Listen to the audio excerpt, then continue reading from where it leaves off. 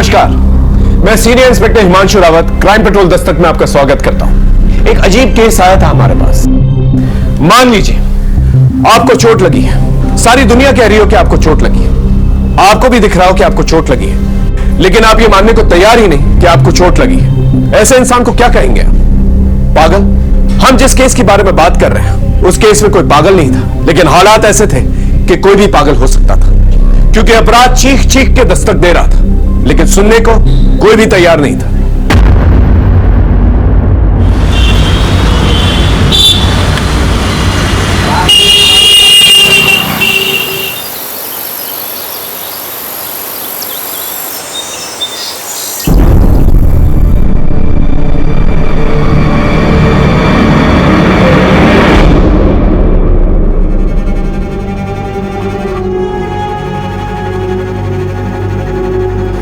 निशा, शाम को मार्केट से क्या क्या लेना है? अरे क्या हुआ बेटा? फिर सिर में दर्द है? क्या हुआ दीदी? 2 दिन बाद सगाई है, तेरी तबीयत ठीक नहीं है और फिर भी तू ऑफिस जा रही है? हाँ, ऑफिस नहीं जा रही हूँ, वो एनजीओ ने कैंप लगाया हुआ है गांव में, वहां जा रही हूँ। अभी भी सिर में दर्द है ना? मैंने आपसे बोला है आप ये मेडिसिन खाना बंद करो और किसी डॉक्टर को दिखाओ। रितु मैं ठीक हूँ। तो ठीक नहीं है, मुझे लेट हो रहा है, मैं जा रही हूँ। अरे पर सुन तो सही में। बाय बेटा सुनो,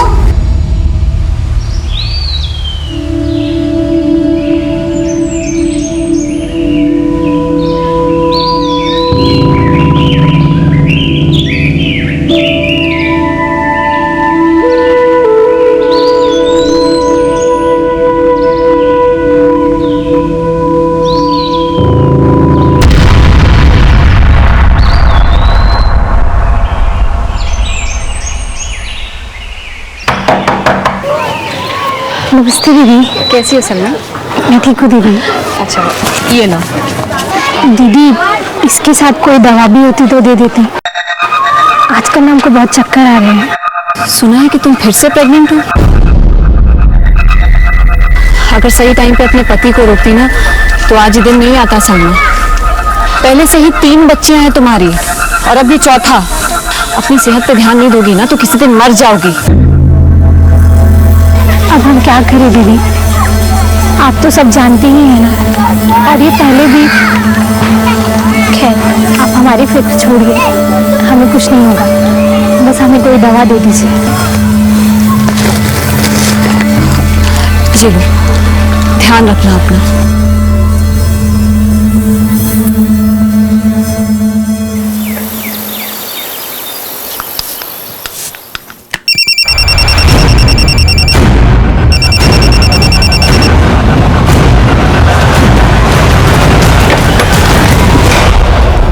माँ, मुझे यहीं कहीं से मोबाइल की आवाज आई।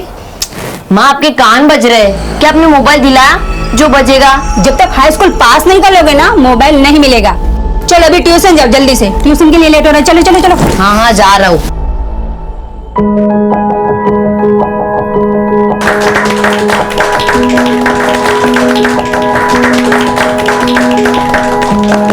कैलाश, तरुण नहीं आया? नहीं, बस उसके साथ तबीयत खराब थी।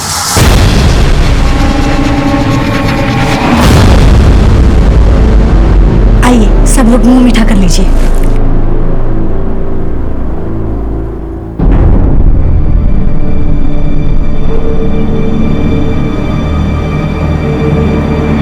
निशा, तुम ठीक हो? निशा, निशा, निशा, निशा क्या हुआ? तबीयत ठीक है ना बेटा? हाँ पानी लाना। हाँ वो बस चक्कर आ गया था। क्या कह रहा है अग्रवाल? वही बोल रहा हूँ जो ये रिपोर्ट कह रही है। निशा 1 महीने की प्रेग्नेंट है।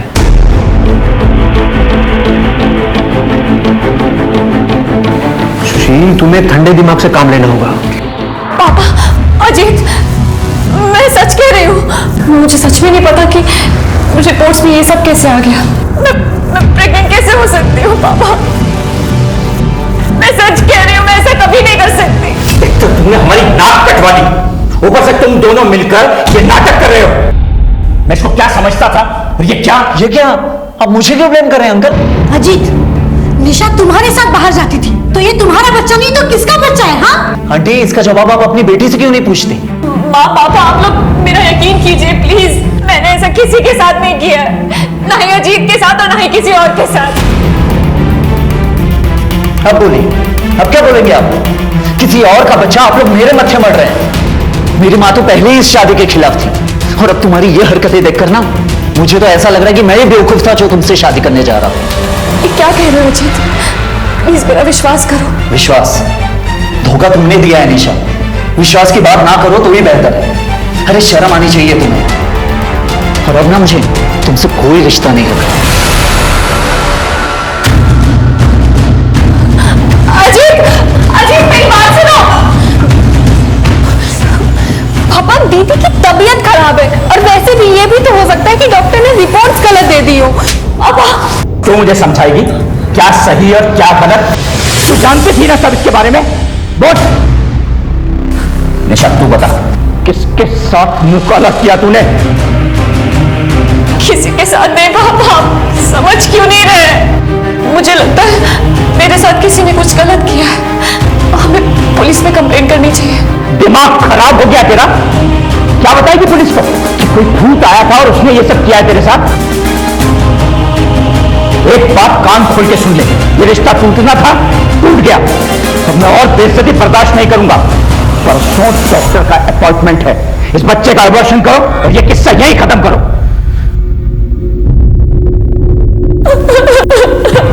ऐसा कैसे हो सकता है कि एक औरत को पता तक ना चले कि वो मां बनने वाली, और ये तक ना मालूम हो कि वो उसके बच्चे का बाप कौन है? Is it possible? ये एक ऐसा सवाल था जो हमें शॉक कर रहा था, और जो जवाब हमें मिला वो और भी शॉकिंग था। खतरे की दस्तक घर की चौखट तक पहुंच चुकी थी, जो सबको सुनाई दे रही थी, लेकिन इससे पहले को कुछ सोचता समझता एक खतरनाक मोड़ आ गया।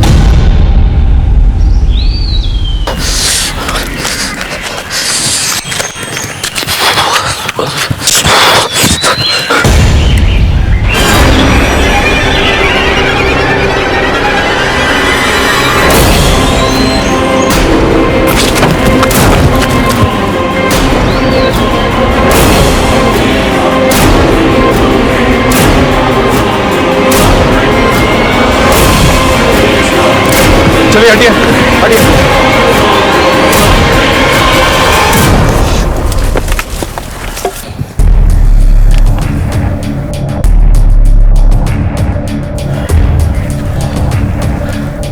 आसपास अच्छे से चेक करो। लाश को सबसे पहले किसे देखा? सर मैंने देखा सर। यहाँ क्या कर रहे थे इस वक्त? सर मैं सुबह हल्का होने आया था सर। सर गला घोट के मारा गया।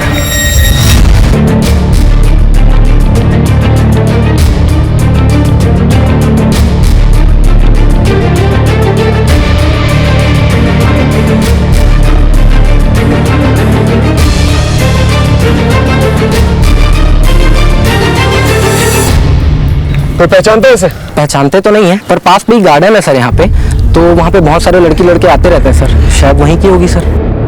सर ये बैग मिला कुछ दूर पर, ये शायद इसी लड़की का, ये इसका एम्प्लॉय कार्ड है किसी एनजीओ का।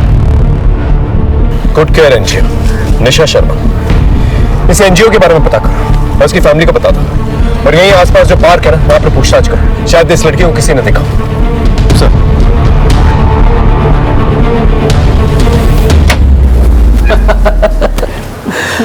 अरे सॉरी।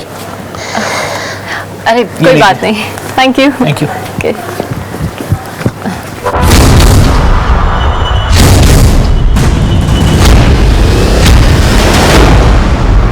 सर कल शाम को निशा घर से ये कह के निकली थी कि वो पार्क जा रही है, तो रात तक लौटी नहीं। तो मैं उसे ढूंढने गया पर वो नहीं मिली सर, इसलिए मैं घर आ गया। मुझे लगा कि वो घर आ गई होगी उसके साथ। ये सर पार्क में क्या करने गई थी? किसी से मिलने गई थी? सर निशा बस ये कहकर गई थी कि वो पार्क जा रही है, और उसमें कुछ नहीं बताया। ऋतु तुम कुछ कह रही थी कि निशा की बात का किसी ने भरोसा नहीं किया, वो कौन सी बात थी? वो प्रेग्नेंट थी सर। तो सर उसकी शादी नहीं हुई थी अब तक, और उसे ये पता भी नहीं था कि उसके होने वाले बच्चे का बाप कौन है। मतलब? सर उसने ये भी कहा था कि उसने ऐसा कभी कुछ किया ही नहीं, जिसकी वजह से वो प्रेग्नेंट हो सके। तो फिर वो प्रेग्नेंट कैसे हुई? सर यही तो वो भी समझ नहीं पा रही थी। उसका कहना था कि किसी ने कुछ खिला पिला कर उससे ये सब किया है, पर हम लोग उसकी बात पे भरोसा नहीं कर पाए। हम भरोसा कर भी लेते तो कोई और करता कैसा? अजीत से उसकी शादी भी इसीलिए टूट गई। आप लोग को हमारे पास आना चाहिए था। हो सकता है कि निशा सच बोल रही थी और इस बच्चे की वजह से उसकी जान ली गई, ताकि उसके बच्चे के बाप का राज राज ही रह जाए। उसका कोई करीबी या कोई बॉयफ्रेंड जिस पर उसे शक हो, जो ऐसा कर सकता हो, या फिर वो किसी को बचाने के लिए झूठ बोल रही हो? दीदी की शादी होने वाली थी अजीत से। अगर उसे पता होता तो वो अबॉर्शन नहीं करा लेती चुपचाप, ना सबको पता चलने का वेट करती और ना ही अपना तमाशा बनाती। ठीक है, आप लोग जा सकते हैं।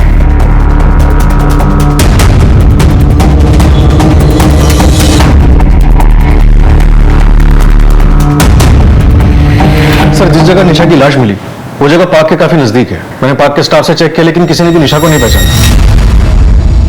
ये जगह काफी सुनसान रहती है सर। हो सकता है कि निशा को किसी ने वहां पे अकेले देखा हो, उसका फायदा उठाने की कोशिश की हो, नाकाम रहा हो और उसे मार दिया हो, क्योंकि स्ट्रगल तो हुआ था। बिल्कुल हो सकता है, लेकिन निशा का कहना था कि उसे दवा देकर उसका रेप किया गया था। अगर एक सेकंड के लिए मान भी ले कि वो सही कह रही थी, अगर वो पुलिस के पास आ जाती तो पता नहीं किस इंसान का राज फाश हो जाता। सर, आपका कहना है कि किसी ने राज को राज रखने के लिए निशा को पार्क में बुलाया और हमेशा के लिए उसे खामोश कर दिया? फिलहाल हमें सारे ऑप्शंस खुले रखने होंगे पार्टनर। एक काम करो, निशा के कॉल रिकॉर्ड चेक करो, देखो किसके कांटेक्ट में, उसके एनजीओ से भी चेक करो, और उसके मंगेतर, क्या नाम है उसका? अजीत सर। उसको बुला के लेके आओ। सर। सर मैं ऐसा क्यों करूंगा? और निशा के साथ मेरा कोई फिजिकल रिलेशन नहीं था, और अगर सर ऐसा कुछ होता भी तो मैं अपने ही होने वाले बच्चे को क्यों नहीं एक्सेप्ट करता? हो सकता है तेरा मन भर गया उससे। सर, जब निशा ने खुद ये बात एक्सेप्ट किया है कि उसे खुद नहीं पता, मैंने ऐसा किसी के साथ नहीं किया, ना ही अजीत के साथ और ना ही किसी और के साथ। तो आप मेरे मत्थे क्यों ये बात डाल रहे हैं? क्योंकि वो तुझ पे भरोसा करती थी, और इस भरोसे में तू उसे कुछ भी खिला के उसे एक्सप्लॉइट कर सकता था, और जब तुझे पता चला कि वो तेरा राज फाश कर देगी, तूने उसे हमेशा के लिए खामोश कर दिया। बकवास है ये सब। सर, मैं अपनी होने वाली बीवी के साथ सेक्सुअल असॉल्ट कैसे करूंगा? आखिरी बार कब मिला था निशा से? सब वो एंगेजमेंट के अगले दिन, जब मुझे निशा के प्रेगनेंसी के बारे में पता चला। ठीक है, अपने डीएनए टेस्ट के लिए आ जाना। अब जाओ।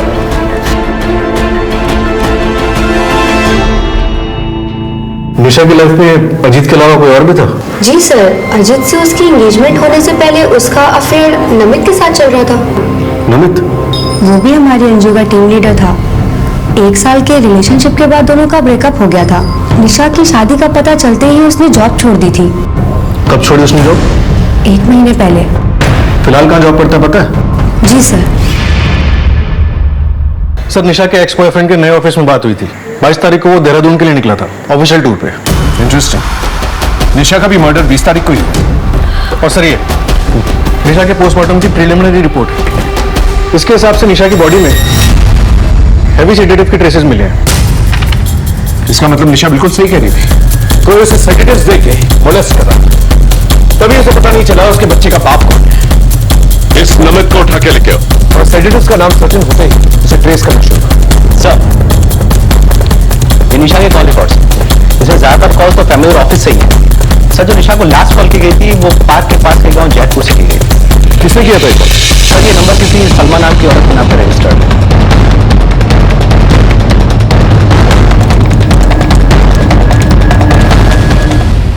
साहब, मैं 3 महीना पेट से हूँ। उस दिन मैं घर पर ही गिर गई थी। गिरने की वजह से मुझे चोट लग गई, इसलिए मेरी तबीयत भी बहुत खराब हो गई थी। इसलिए मैंने उन्हें फ़ोन किया था दवा पूछने के लिए। दवा पूछने के लिए फोन किया था या यहाँ बुलाया था? नहीं साहब, दवा पूछने के लिए फ़ोन किया था। तो दीदी बोली वो यहीं पास में ही है, थोड़ी देर में खुद आ जाएंगी, लेकिन वो नहीं आई साहब। और कुछ देर बाद मेरी तबीयत भी ठीक हो गई, इसलिए मैंने गौर नहीं किया। निशा तुम्हारे एक फोन कॉल पे इतनी रात को यहाँ आने के लिए तैयार हो गई, क्यों? ऐसा क्या खास था यहाँ? खास क्या होगा साहब, उस दिन यही दीदी की तबीयत खराब हो गई थी घर में, तो बस मैंने। दीदी क्या हुआ? आप ठीक तो है ना? बैठिए बैठिए, मैं पानी लेके आती हूँ। पानी। सलमा, मेरे बैग में एक दवाई है, निकाल दोगे? ठीक है, मैं निकालती हूँ। ये दवाई का नाम क्या था, कुछ याद है?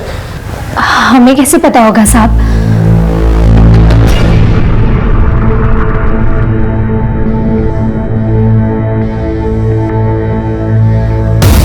पर हाँ साहब, नीली गोली थी एक। हो सकता है सर, इस दवा के ट्रेसेस निशा की बॉडी से मिले हों। नहीं, निशा ऐसे सेडेटिव्स क्यों लेगी जो उसे बेहोश करती है? और उसने दवाई यहाँ आकर खाई थी, और अगर वो सेडेटिव्स के बारे में जानती भी थी तो वो यहाँ खाकर यहाँ बेहोश होती है। निशा के घर जाकर पता करना पड़ेगा।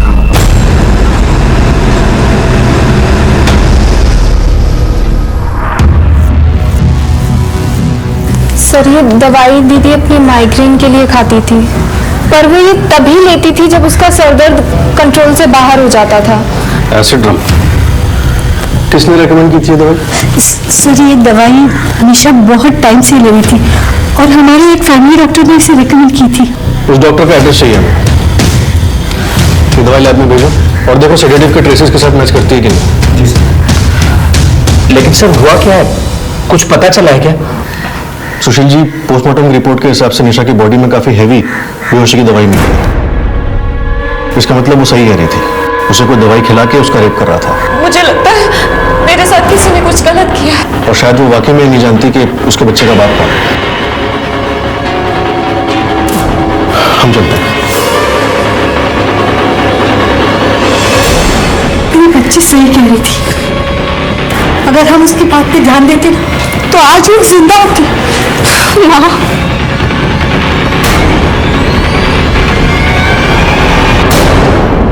निशा जो एसिडम टैबलेट्स ले रही थी वो माइग्रेन की दवा है, लेकिन ये उसकी डिटेल पोस्टमार्टम रिपोर्ट के हिसाब से उसे बीएसजी नाम की टैबलेट्स बताओ सेडेटिव दी जा रही थी। ये टैबलेट्स हॉस्पिटल में एनेस्थीसिया के तौर पे यूज होती हैं। इसका मतलब निशा को बीएसजी टैबलेट्स जो है कोई जानबूझ के दे रहा था ताकि वो बेहोश हो सके, और ये काम कोई उसका अपना ही कर सकता है जिसमें वो भरोसा करती है।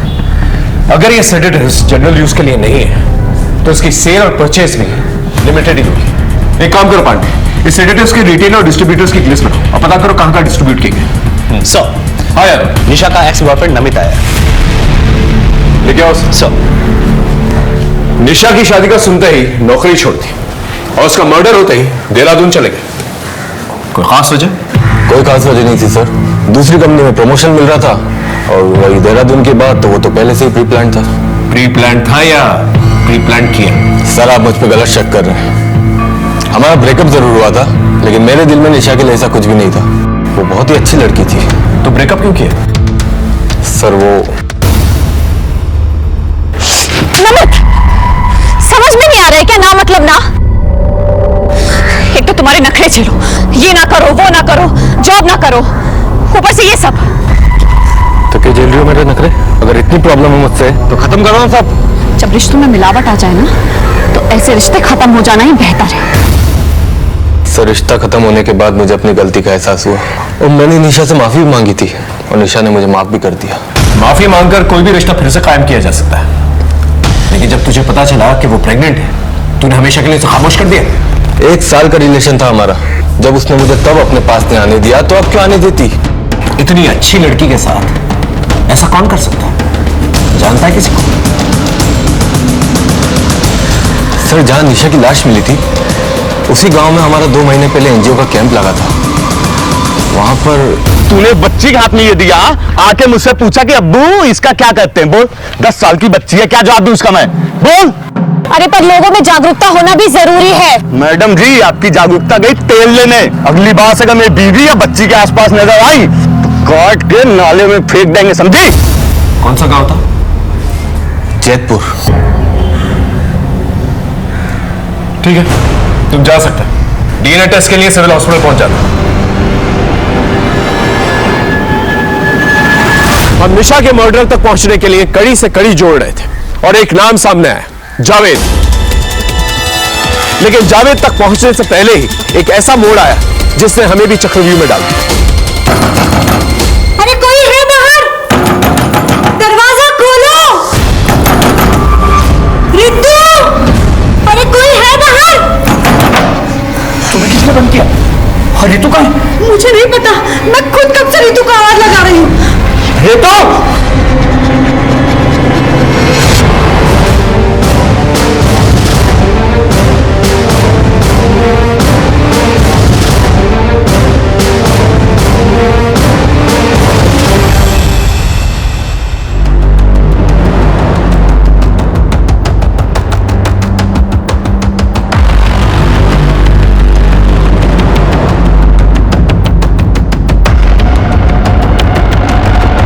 पांडे ये सुसाइड नहीं, मर्डर है। मार्क्स जो है ऊपर की तरफ नहीं बल्कि साइड में जाते हैं, यूं देखो, पैरेलल। इसका मतलब इसका गला घूंट के मारा गया है और फिर बाद में फांसी पर लटकाया गया ताकि सुसाइड की शक्ल दी जा सके। पांडे घर का हर एक कोना छान मारो और बॉडी को पोस्टमार्टम के लिए भेज दो। सर चलो।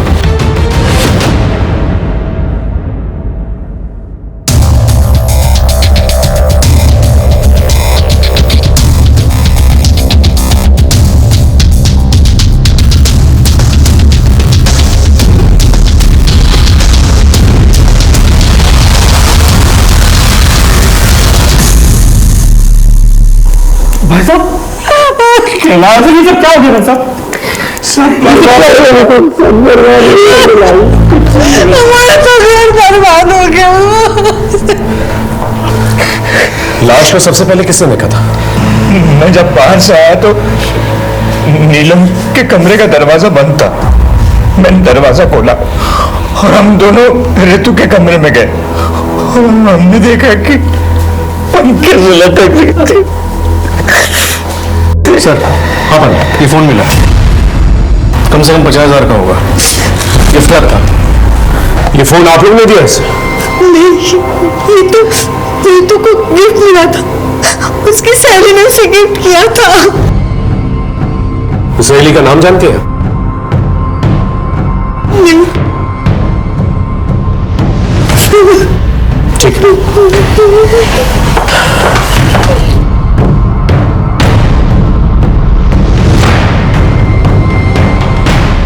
ऋतु को पूरा यकीन था कि निशा बिल्कुल सच बोल रही थी। इसका मतलब ऋतु को मालूम था कि कुछ ना कुछ हुआ है। इससे पहले वो अपना मुंह खोल पाती, उसे हमेशा के लिए खामोश कर दिया गया ताकि निशा का राज हमेशा के लिए राज ही रह जाए। पांडे मोहल्ले में पूछताछ करो, शायद किसी ने कुछ देखा। और ये भी पता करो ऋतु की ऐसी कौन सी रईस सहेली है जो उसे इतना महंगा गिफ्ट देती।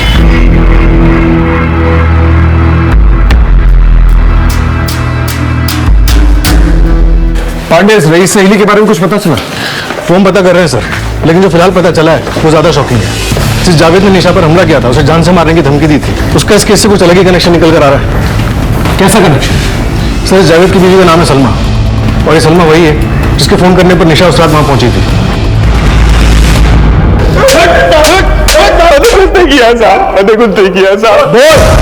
बताता हूँ साहब, उसका जो है ना मेरे परिवार में बहुत ज्यादा दखल हो गया था साहब। उसकी बातें सीख के सलमा कहती थी कि बच्चे ना पैदा करो साहब।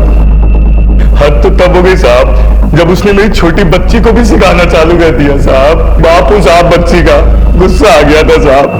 बस इसलिए अपने परिवार से दूर रखने के लिए साहब उसको मैंने धमकी दी थी साहब। दूर रखने के चक्कर में दुनिया से दूर कर दिया उसे? अरे नहीं साहब, नहीं। आप बताओ, ऐसा करना होता तो 1 महीने पहले करते साहब।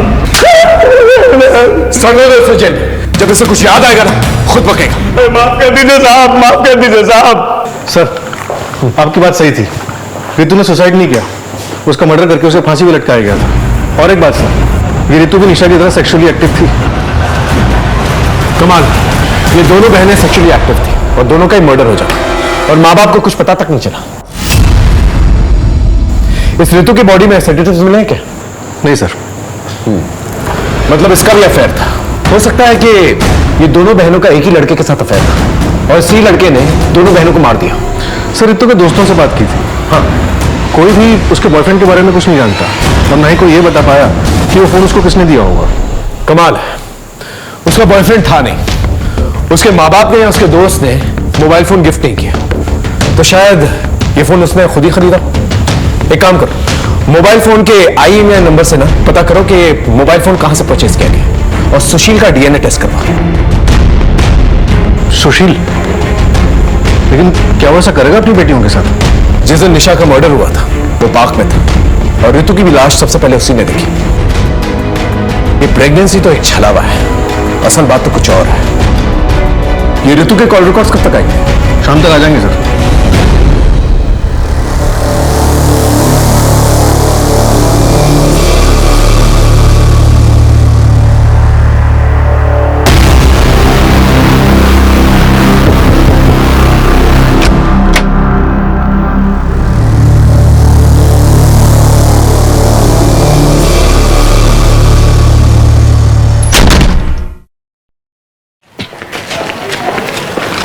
सर निशा की तरह ऋतु के कॉल रिकॉर्ड से भी कुछ नहीं मिला।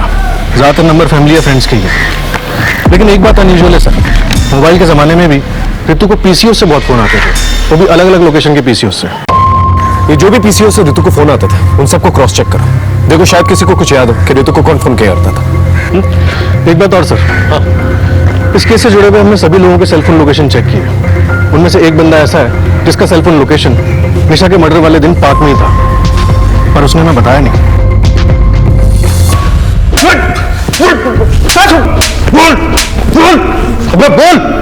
मैं बताता हूँ सर।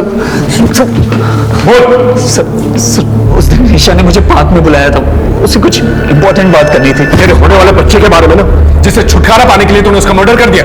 हाँ नहीं सर, ऐसी कोई बात नहीं है सर, और ना ही वो मेरा बच्चा था। तो फिर पार्क में क्यों बुलाया था उसने तुझे? मेरी बात हमसे क्यों छुपाई तूने? मैं तुम्हें पागल दिखता हूँ? सच बात तो ये है कि ये बच्चा ना तुम्हारी अय्याशियों का नतीजा है। अजीत, अच्छा हुआ जो शादी से पहले ही मुझे तुम्हारा ये चेहरा भी दिख गया। तुम्हें मेरी बात पे भरोसा नहीं है ना कि मैं सच कह रही हूँ? ठीक है, मैं इस रिश्ते को आज इसी वक्त खत्म करती हूँ। हाँ ठीक है, जाओ जाओ, मुझे भी कोई रिश्ता नहीं रखना तुम्हारे साथ। सर उस दिन हमारा झगड़ा हो गया था, और अगले दिन जब मुझे पता चला निशा का मर्डर उसी पार्क के करीब हुआ है तो मैं घबरा गया था। इसलिए घबराना तो वाजिब है तेरा, दो मर्डर जो शहर छोड़ के कहीं नहीं जाएगा तू, समझा? जा जा। हो ना, ये सारा खेल घर के किसी आदमी का, सुशील के घर पे नजर। और सेडेटिव्स का क्या हुआ? सर बीएसजी का फॉर्मूला जिस कंपनी से पेटेंट है उन सभी कंपनी से डिस्ट्रीब्यूटर्स की लिस्ट मंगवा ली है। सर एक लीड मिली है, निशा के घर में उसका एक कजिन भाई रहता था, उसके एक दोस्त का पता किया है। ओके।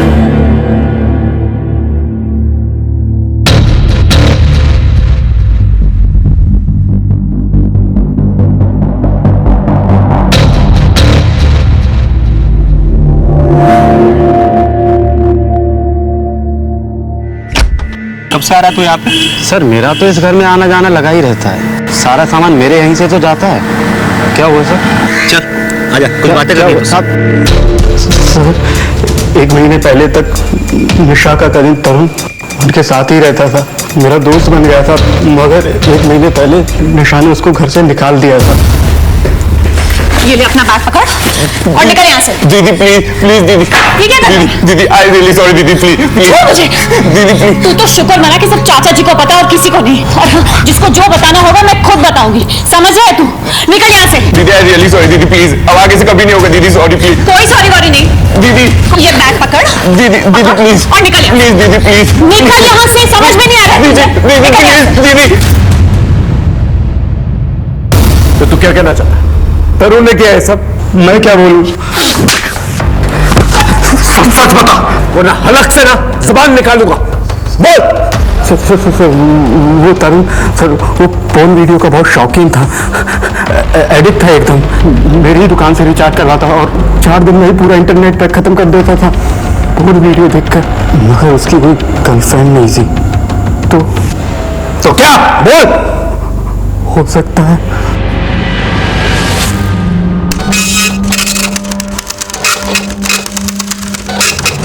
सर, प्रतीक सही कह रहा था, ये तरुण इसकी इंटरनेट हिस्ट्री पहुंच से भरी पड़ी है। आज भी कई प्रोस्टिट्यूट्स के साथ कांटेक्ट में है। सर मोहल्ले वालों ने बताया कि तरुण ना निशा के एंगेजमेंट में आया था और ना ही निशा और ऋतु के अंतिम संस्कार में। ये तरुण 1 महीने तक निशा के घर में रहा था और निशा की प्रेगनेंसी भी 1 महीने की थी। कहीं तरुण ने दवा देकर निशा को मोलेस्ट तो नहीं किया? और जब निशा को इस बारे में पता चला उसे तरुण को घर से बाहर निकाल दिया। लेकिन सर अगर तरुण ने ऐसा किया था तो वो निशा ही क्यों कह रही थी कि उसे पता नहीं उसके बच्चे का बाप कौन है? ये तो उसके परिवार वाले कह रहे हैं, लेकिन निशा ने अपने परिवार वालों को क्या कहा यह हमें पता लगाना है।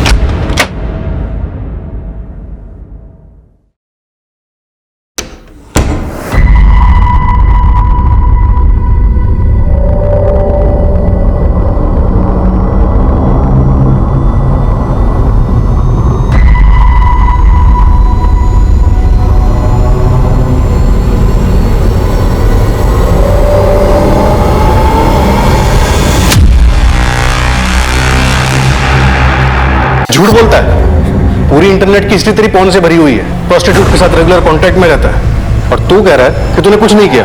हाँ सर, मैं प्रोस्टिट्यूट के कांटेक्ट में हूँ। लेकिन सर ये मेरी बीमारी का इलाज है। ऐसी कौन सी नई बीमारी हुई है तुझे जिसके इलाज के लिए तुझे प्रोस्टिट्यूट के पास जाना पड़ता है? सर तरुण एक्चुअली सेक्स एडिक्ट है, इसका इलाज भी चल रहा है। डॉक्टर का कहना है कि इस एडिक्शन का सिवाय सेल्फ कंट्रोल के और इलाज नहीं है। और इसीलिए सर मैं प्रोस्टिट्यूट के पास जाता हूँ सेल्फ कंट्रोल चेक करने के लिए। अपने इस एडिक्शन में किस पे हाथ डाला था, ऋतु पे या निशा पे, जिसकी वजह से निशा ने तुझे घर से बाहर निकाल दिया? नहीं सर, इसकी वजह कुछ और ही थी।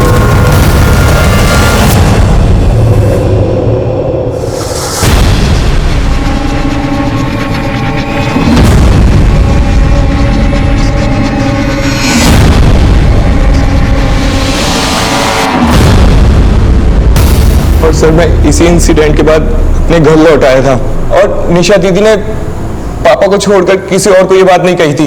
निशा रेड लाइट एरिया में क्या कर रही थी?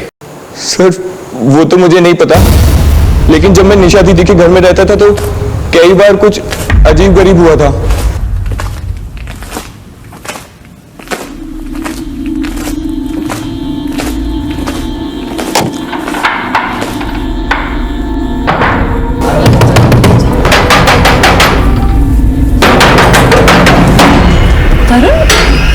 ये दरवाजा किसने बंद किया था? अरे मुझे क्या पता, मैं तो पानी पीने उठी थी, देखा तेरा दरवाजा बाहर से बंद है।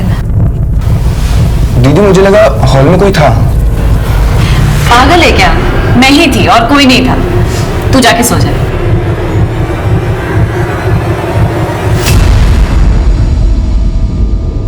सर आई एम श्योर वहाँ कोई तो होता था। ये एक बार नहीं कई बार हुआ था। जब भी मेरा दरवाजा रात में बाहर से बंद होता था तो बाहर कोई ना कोई होता था और मेरे रूम का दरवाजा निशा दी या ऋतु में से कोई एक खोलती थी। ठीक है, तुम्हारा डीएनए टेस्ट करना होगा।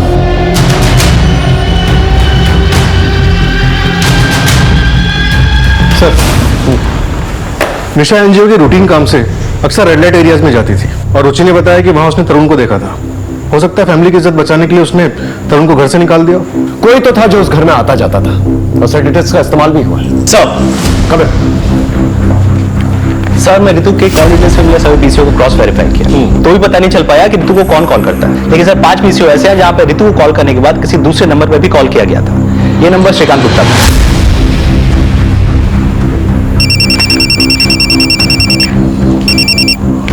हेलो, ओके सर, बीएसजी के 4 डिस्ट्रीब्यूटर्स में से सिर्फ एक डिस्ट्रीब्यूटर है गाजियाबाद में, मेडोक फार्मेसी। तुम फार्मेसी जाओ। सर पांडे, इस श्रीकांत गुप्ता के घर जाके देखो। सर ये नंबर तो हमारा नहीं है। आपके आईडी पर रजिस्टर्ड है नंबर? मेरे आईडी पे? आप दोनों के अलावा कौन कौन रहता है घर में? सर घर में मैं, मेरी पत्नी और मेरा बेटा, बस।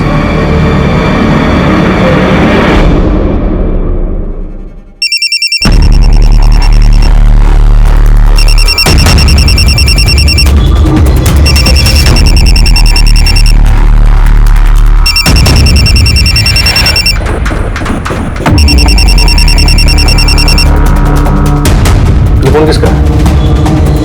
सर फोन का तो पता नहीं, लेकिन बैग मेरे बेटे का है।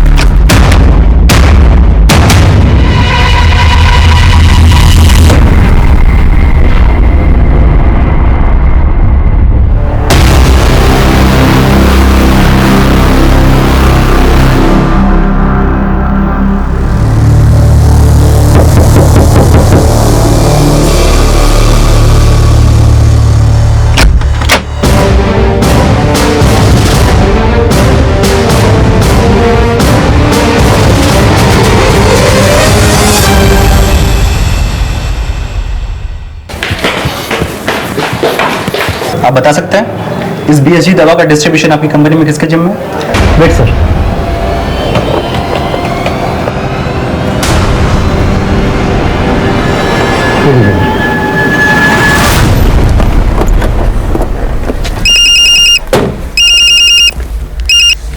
सर उस आदमी की लोकेशन ट्रेस हो गई है जिसके पास मेडॉक कंपनी के बीएसजी मेडिसिन के डिस्ट्रीब्यूशन का जिम्मा था। यह आदमी हाथ से नहीं निकलना चाहिए दीपक।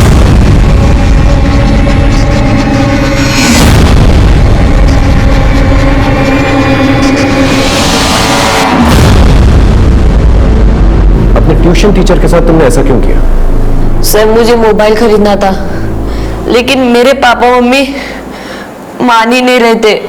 फिर एक दिन वो मुझे पार्क में मिला। उसने मुझसे कहा अगर मैं उसका एक काम कर दूं तो वो मुझे मोबाइल देगा। वो क्या काम करवाना चाहता था तुमसे? सर राहुल को उसने अपनी जाल में फंसा के मुझे ड्रग्स दिलवाए।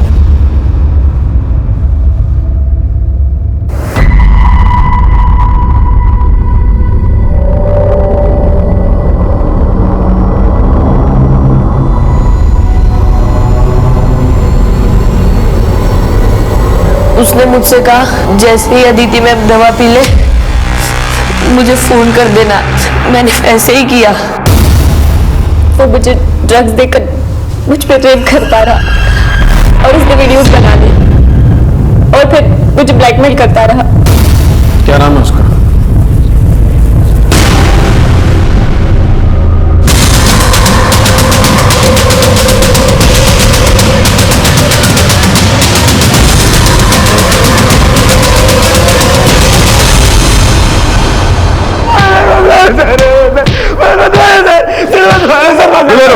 रुको, उठाओ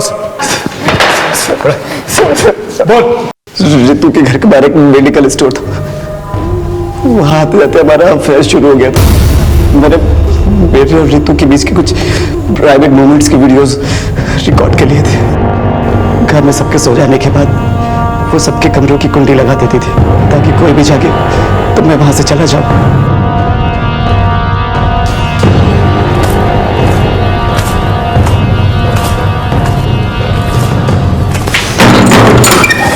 अरे रितु, तो यहाँ क्या कर रही थी रात को? मैं पानी पीने आई थी। अच्छा।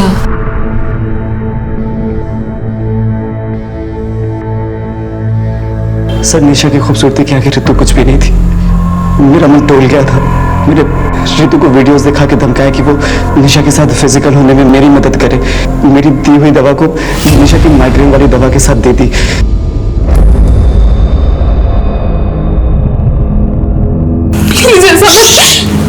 चुप कर।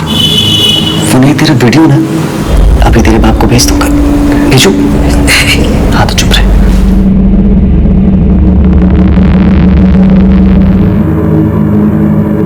सब कुछ मेरे हिसाब से चल रहा था, मगर निशा प्रेग्नेंट हो गई और चीजें बदल गई। रितु ने आके मुझे बताया कि निशा को उस पर शक हो गया है। मैंने आज तक कभी किसी के हाथ से कुछ नहीं खाया, सिर्फ तुम ही मुझे दवाई देती हो। कहीं तुमने ही तो ये सब। ये क्या बोल रही दीदी? इसलिए मैंने उसे ठिकाने लगाने का प्लान बना लिया। 2-3 दिन मैंने उसका पीछा किया, फिर वो मौका आ गया जिसकी मुझे तलाश थी। वो सुनसान रास्ते में अकेले जा रही थी। रितु को क्यों मारा? रितु को शक हो गया था कि मैंने निशा का मर्डर किया है, और पुलिस को जब ये पता चला कि निशा को सेडेक्टिव देकर उसका रेप किया गया, रितु डर गई। हमें ना पुलिस को सब कुछ सच सच बता दो। देख, किसी को कुछ भी पता नहीं चलेगा, बस तुम अपना मुंह बंद रखना। रितु इतने डर गई थी कि अगर पुलिस उससे एक बार भी पूछताछ करती तो वो सब कुछ उगल देती। अब मैं ये रिस्क नहीं लेना चाहता था।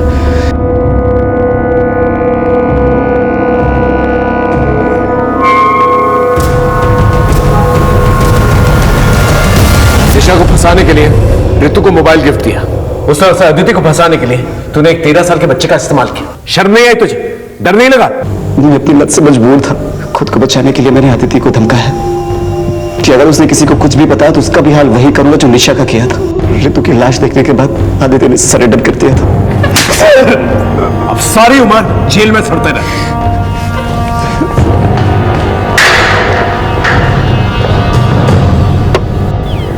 देखा आपने कितनी दस्तकें मिली। निशा का अपनी तबीयत को इग्नोर करना ये एक दस्तक थी। निशा का ये बार बार कहना कि उसे नहीं पता उसके बच्चे का बाप कौन है। मैं प्रेग्नेंट कैसे हो सकती हूँ पापा? और उसके फैमिली मेंबर्स को इस दस्तक को इग्नोर करना। निशा के माँ बाप को पुलिस की हेल्प लेनी चाहिए थी। मोबाइल फोन का सीक्रेटली इस्तेमाल करना ये भी एक बहुत बड़ी दस्तक थी। बच्चों पे नजर रखना बहुत जरूरी है, क्योंकि कोई भी उन्हें बहला फुसलाकर गलत काम करवा सकता है। अजय ने जब रितु को ब्लैकमेल करना शुरू किया तो वो पुलिस की मदद ले सकती थी, लेकिन वो चुप रही और अजय का शोषण सहती रही, और उसी चुप्पी की वजह से निशा भी अजय का शिकार बनी। इसलिए चौकन्ना रहना बहुत जरूरी है। देखते हैं हमारे आज के एपिसोड की दूसरी कहानी। और यहां से निकलेगा दुआ खेलो खेलो खेलो, शाबाश शाबाश, ऐसा ही बनाते रहो।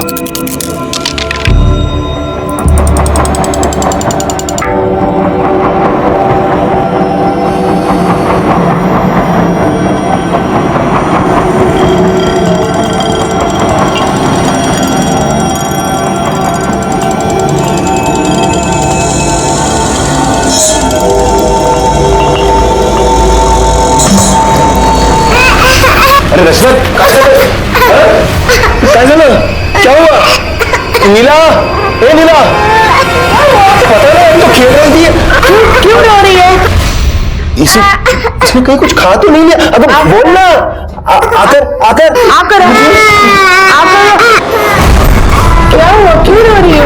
आई कि नहीं यहाँ पर रखी थी ना? आसपास आपने ये तो सुना होगा कि एक छोटे बच्चे ने नाक में कुछ डाल दिया है, मुंह में कुछ डाल दिया है और उसकी अब जान खतरे में है। वो तो बच्चे होते हैं, लेकिन उनको संभालने की जिम्मेदारी हम बड़ों की है। यहाँ जयंत की जिम्मेदारी थी 4 साल की रचना को संभालने की।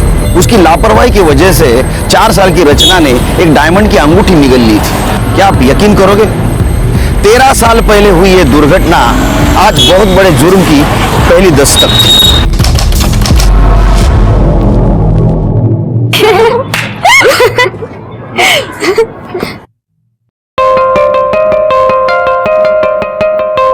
हाय, क्या बात है गॉर्जियस, आज तो बड़ी हॉट लग रही है। कुछ नई बात बता। I know I am hot.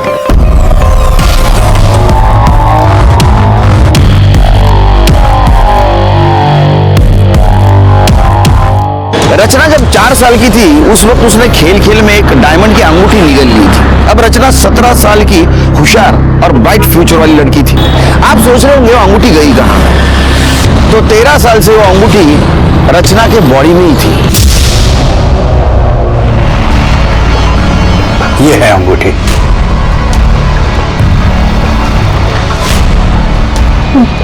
Diamond ring मेरी स्टमक में कैसे? बेटा, वो बचपन में ना तुमने गलती से निगल ली थी। डोंट वरी, उस वक्त तुम छोटी थी तो तुम्हारे ऑर्गन्स डेवलप नहीं हुए थे। उस वक्त सर्जरी करके अंगूठी निकालना तुम्हारे इंटरनल ऑर्गन्स के लिए डेंजरस था।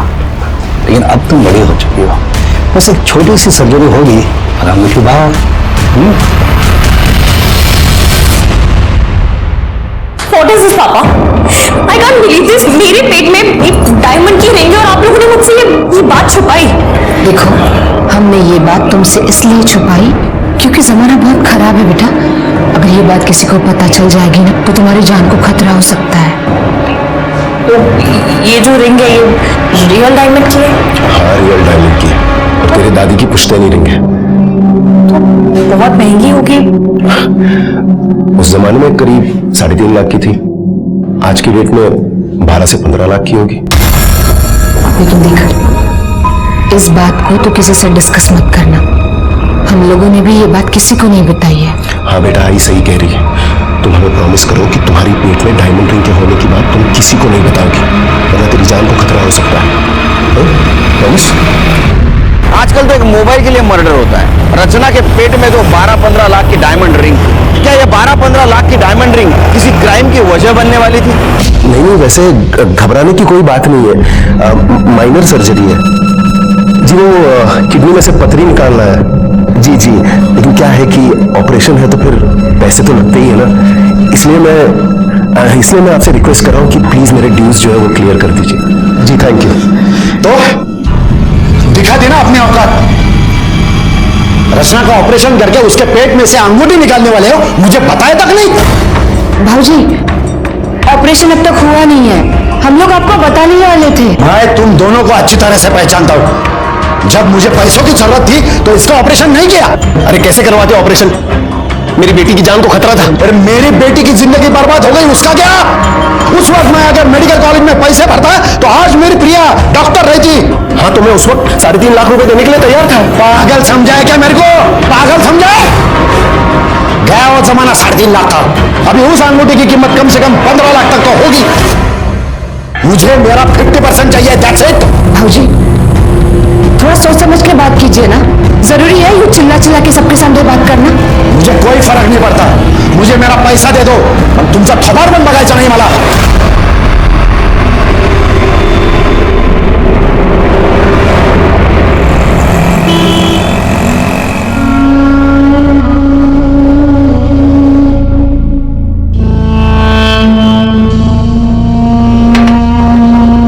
तुला माहिती है ना, शिरीष तो शुरू से ही ऐसा ही है। तू ज्यादा सोच मत। कैसे मैं सोचूं दीदी, बता। मेरी बेटी का ऑपरेशन होने वाला है, उसकी जान को खतरा है, मगर किसी को कुछ नहीं पड़ी है इस बात की। सबको बस इसी बात की पड़ी है कि उस अंगूठी की कीमत कितनी होगी। तुम मत परेशान हो, चाय पी ले, हाँ? सब ठीक हो जाएगा। मुझे ना ये विपिन बिल्कुल पसंद नहीं है, एक नंबर का फ्लर्ट है। तू ना इसके बारे में ज्यादा सोचा मत कर। अरे चिल कर, मैं नहीं सोच रही हूँ। काम कर, तू उसके बारे में ज्यादा मत सोच। अच्छा चल, मैं निकलती हूँ, मुझे जाना है। चल ठीक है, बाय।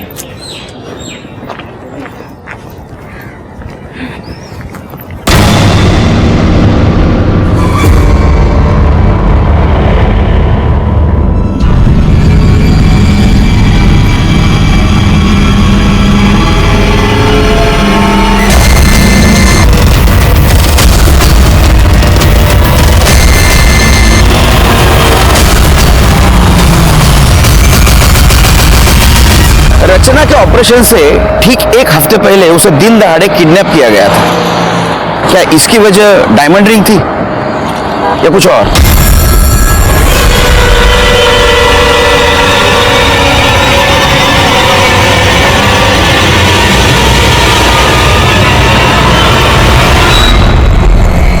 हाँ, निकालो निकालो, कुछ अच्छा बना खाना खाने के लिए। हाँ, मेरे हाथ से बनाओ, होटल में से मत मंगाओ। सर हमें आपकी हेल्प चाहिए सर। सर प्लीज हमारी मदद कीजिए। क्या हुआ? मेरा नाम जैन दामले और मेरी बेटी रचना को किसी ने किडनैप किया सर। सर और ये वो वीडियो भेजा उन्होंने। कितने बजे मिली वीडियो?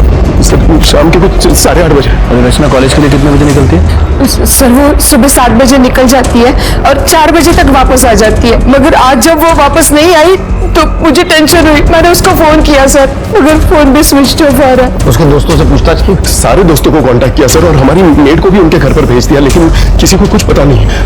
मुझे किसी ने ये वीडियो भेजा और फिर इसी नंबर से फोन कॉल भी आया।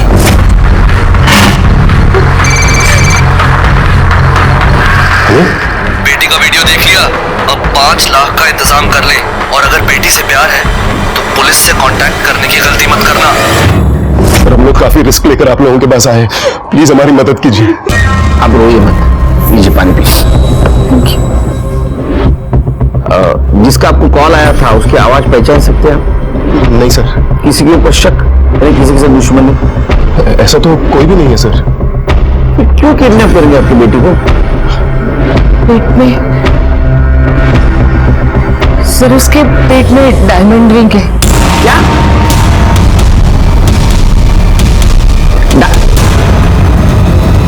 रियल? वो बचपन में निकल गई थी सर। बाहर नहीं निकले अभी तक? तो उसको कुछ नहीं हुआ अभी तक? नहीं सर, जब बचपन में रचना ने रिंग को निगल लिया था हम उसे डॉक्टर के पास लेके गए थे, लेकिन इस वक्त डॉक्टरों ने सर्जरी करने से मना कर दिया और इतने सालों तक कुछ हुआ भी नहीं। लेकिन अब जाकर उसे उल्टियां होने लगी तो डॉक्टर के पास नहीं ले गए? ले गए थे ना सर, और अगले हफ्ते ही उसका ऑपरेशन होने वाला था और हम उस रिंग को निकालने वाले थे। या चाहिए बात किस किस को पता है उसको पेट में डायमंड रिंग है? सर हमारे फैमिली डॉक्टर शिंदे को, हमारी मेड रानी को और नीला की बहन रमा को। शिरीष भाई जी और कविता वही का भी तो नाम लिया ना? हाँ, लेकिन वो तो डायरेक्ट फैमिली हुआ ना, और वो रचना का किडनैप क्यों करवाएंगे? और वैसे भी जितना रिंग हमारा है उतना उनका भी है। जितना रिंग तुम्हारा है उतना उनका कैसे होगा? सर वो रिंग मेरी खुद की नहीं थी, वो मेरी माँ की पुश्तैनी रिंग थी।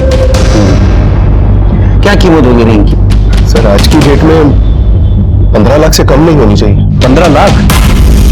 जी सर, रिंग की कीमत है 15 लाख और रैंसम के लिए सिर्फ मांगे गए हैं 5 लाख। किडनैपर इतने पागल नहीं है, वो तो 20-25 लाख आराम से मांग लेंगे। इसका मतलब किडनैपर को पता नहीं है उसके पेट में डायमंड रिंग है। बोले तो सर 5 लाख ही मांगे। आप शिरकी के पास डिटेल में रिपोर्ट लिखवा दीजिए और आप दोनों का मोबाइल नंबर देना। जी सर। उसे हम सर्विलेंस पे डालेंगे। अगर वो किडनैपर का वापस फोन आया तो हमें पता चलेगा, उसको हम पकड़ सकेंगे। सर कुछ भी करके मेरी बेटी को बचा लीजिए सर। फिक्र मत कर। देख, शांति से रह, चिल्लाने से कोई फायदा नहीं है। हमें हमारे पैसे मिल जाने के बाद हम छोड़ देंगे तेरे को। क्यों किडनैप किया, किसके कहने पे किया है? तेरा ही कोई जान पहचान वाला है, उससे मैं सुपार दिया तुझे उठाने की। कौन है? सोचती बैठ, रात अच्छे से कटेगी।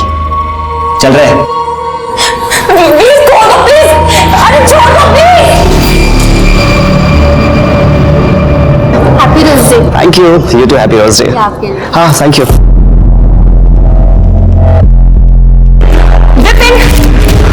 Vipin.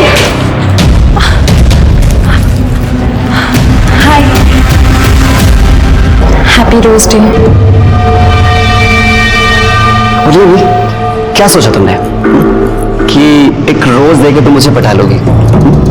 You know Gunjan, my ex girlfriend, इसने मुझे लास्ट रोज डे पे गोल्डन कलर की वॉच दी। गुंजन ने तुम्हें गोल्ड कलर की वॉच दी थी। मैं तुम्हें रियल डायमंड दे सकती हूँ, वो भी 15 लाख की।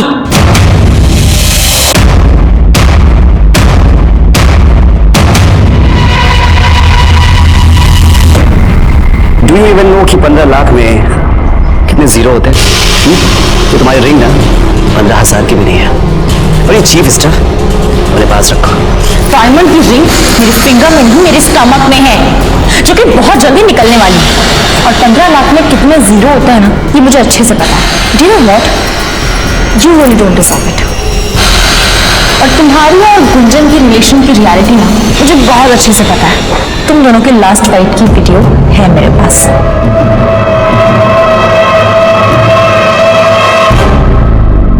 मुझे उस दिन वो रिंग वाली बात नहीं बोलनी चाहिए थी। पापा ने स्ट्रिक्टली मना किया था। हमें प्रॉमिस करो कि तुम्हारी पेट में डायमंड रिंग के होने की बात तुम किसी को नहीं बताओगी।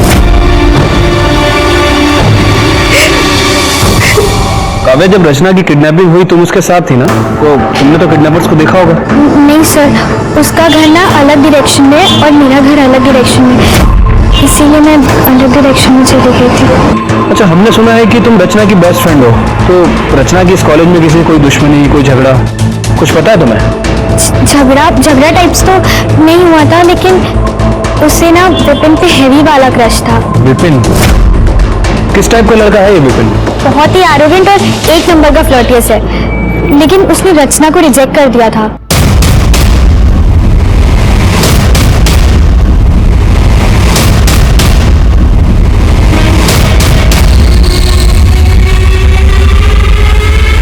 मतलब 2 लड़के थे, एक लड़का गाड़ी चला रहा था और दूसरे लड़के ने रचना को किडनैप किया। लेकिन ये फुटेज में नंबर साफ साफ नहीं दिख रहा है। अगर एक गाड़ी का नंबर साफ साफ दिख जाता तो केस यही सॉल्व हो जाता सर। पता चल जाएगा शिरकी। एक काम करो, इस रूट पे जितने भी सीसीटीवी है उसका फुटेज चेक करो, उसमें नंबर भी कैप्चर हुआ होगा और ये कौन से रूट पे गया वो भी पता चल जाएगा। वैसे सर, मैंने इस गाड़ी की डिटेल्स पेट्रोलिंग टीम को शेयर कर दी है। अगर ये कोई सिक्योरिटी चेक या टोल नाका क्रॉस करने की कोशिश करेंगे तो वहीं पकड़े जाएंगे। अच्छा, इस रचना का फोटो और रैंसम कॉल जिस नंबर से आया था उसका कुछ पता चला? हाँ सर, उस आदमी की डिटेल्स तो मिल गई है, लेकिन उस आदमी का कहना है कि कुछ दिन पहले उसका मोबाइल चोरी हो गया था और उसने उसकी FIR रिपोर्ट भी करवाई थी। फिर से कोई रैंसम कॉल? नहीं सर, वैसे हमारी एक टीम उसे कंटिन्यू मॉनिटर कर रही है। ये रचना के कॉल डिटेल्स और मोबाइल लोकेशन का क्या हुआ? सर, फोन कंपनी जल्दी उसका डेटा हमसे शेयर करेगी। वैसे अभी तक हमारे पास जो डेटा है उसके हिसाब से रचना को 1:35 पर किडनैप किया गया और तकरीबन 1:37 पर उसका फोन स्विच ऑफ हो गया। पता नहीं शिरकी, मुझे ये मैटर कॉलेज का कम और डायमंड और फैमिली का मैटर ज्यादा लगता है। एक काम कर दे कि रचना के माँ बाप से मिलकर ये डायमंड की हिस्ट्री डिटेल में पता कर दे। तुम फिर आ गई। तुम्हें कितनी बार कहा कि मुझे तुम्हें कोई इंटरेस्ट नहीं, समझी? देखो, मुझे भी तुम में कोई इंटरेस्ट नहीं है और ना ही कोई क्रश है तुम पे। गुंजन मेरी बहुत अच्छी फ्रेंड थी और उसने मुझे तुम्हारे बारे में सब कुछ पता है, बस इसलिए। तुमसे दोस्ती करके तुम्हें एक्सपोज करना चाहती थी। लिसन, तुम्हें जो करना है वो करो, समझी?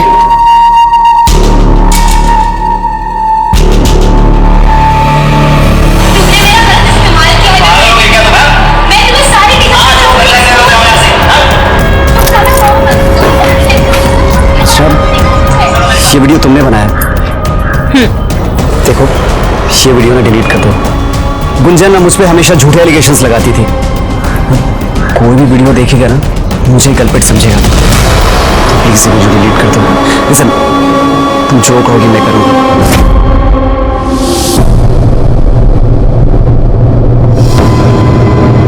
आपका भाई शिरीष और उसकी पत्नी कविता आपके साथ में रहते हैं? नहीं सर, वो पुणे में ही है, लेकिन वो लोग अलग रहते हैं। अरे, आपने तो उस दिन पुलिस स्टेशन में कहा था एकदम फैमिली जैसे। क्या फैमिली जैसे? उनसे अच्छे तो हमारे 100 दुश्मन हैं। अब क्यों चुप है आप? संगत का नहीं, आपके भाई ने क्या किया उस दिन आके? क्या किया था? सर, वो शिरीष दादा को जब रचना के ऑपरेशन के बारे में पता चला तो वो हमारे घर आया और हमसे लड़ने लगा। और किस बात का पचस्टा का भाऊजी? हाँ, 13 साल से मेरी बेटी दर्द में आहे. तेव्हा नाही आली तुम्हाला आठवण? हाँ, आणि आज जब ऑपरेशन की बात निकली तो दौड़े दौड़े चले आए. समझा दे इसको, बीच में ना बोले, समझा दे. काय काय नाहीतर मी स्वतः तिचं पोट फाडेन, रांग मोठी निघालूंगा. क्या बोल रहे हो? क्या कर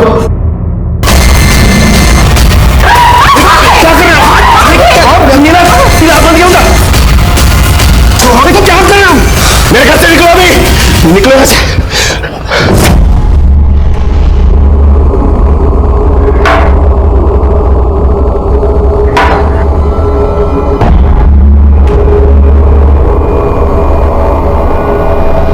सर, मैंने रचना के रूम की तलाशी ली, लेकिन कुछ खास नहीं मिला. बस अब मुझसे और बर्दाश्त नहीं होता.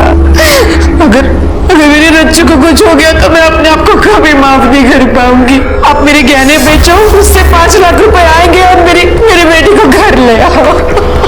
नीला रेडू नको, पुलिस हमारे साथ है, रचना को कुछ नहीं होगा.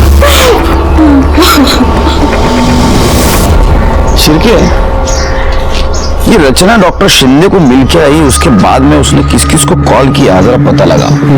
उनका कॉल ड्यूरेशन और मोबाइल लोकेशन निकालो. एक बात समझ में नहीं आ रही है, वो क्लिनिक में जाके आई, उसका ऑपरेशन होने वाला है, ये बात तो सिर्फ घर वालों को पता थी, शिरीष को कैसे पता चला? सर, मैं मिलता हूँ शिरीष से. हो सकता है कि रचना की किडनैपिंग में शिरीष भी इन्वॉल्व है. ये भी हो सकता है कि ये डॉक्टर शिंदे और ये शिरीष, ये दोनों आपस में मिले हुए हैं. हो भी सकता है, नहीं भी. लेकिन एक बात तो साफ है, अगर किडनैपिंग रिंग के लिए है तो रचना की जान को खतरा है.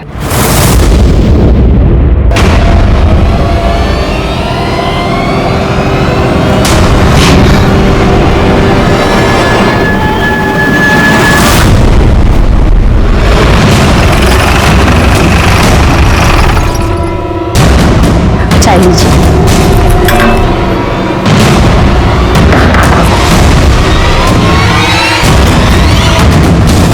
मिस्टर शिरीष जी, आपके घर का सर्च वारंट है हमारे पास. बगात मध्ये. हो सर. आपको क्या लगता है, वो रचना का किडनैप हम लोगों ने किया है? क्यों नहीं लगना चाहिए क्या? आप तो चाकू से रचना का पेट काट के रिंग निकालने की कोशिश कर रहे थे. अरे सर, वो तो मैंने गुस्से में कहा था. मैं तो बोली साहब, ये किडनैपिंग ना जयंत भाऊ और नीला बहनी का नया ड्रामा है. जयंत भाऊ ने जानबूझकर तमाशा खड़ा किया है और रचना को कहीं बाहर भेज दिया. एक नंबर के लालची है दोनों हस्बैंड वाइफ. अंगूठी अकेले हड़प करना चाहते हैं. सर, पूरा घर चेक किया पर कोई नहीं मिला.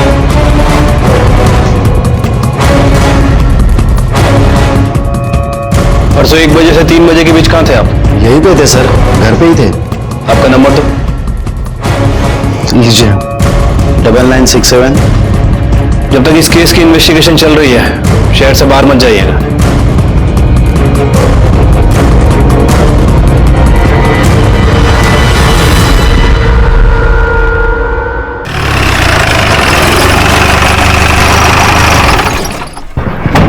सर सुना है कि सिटी कॉलेज से रचना दामले नाम की एक लड़की की किडनैपिंग हुई है, जिसके पेट में 15 लाख की डायमंड रिंग है।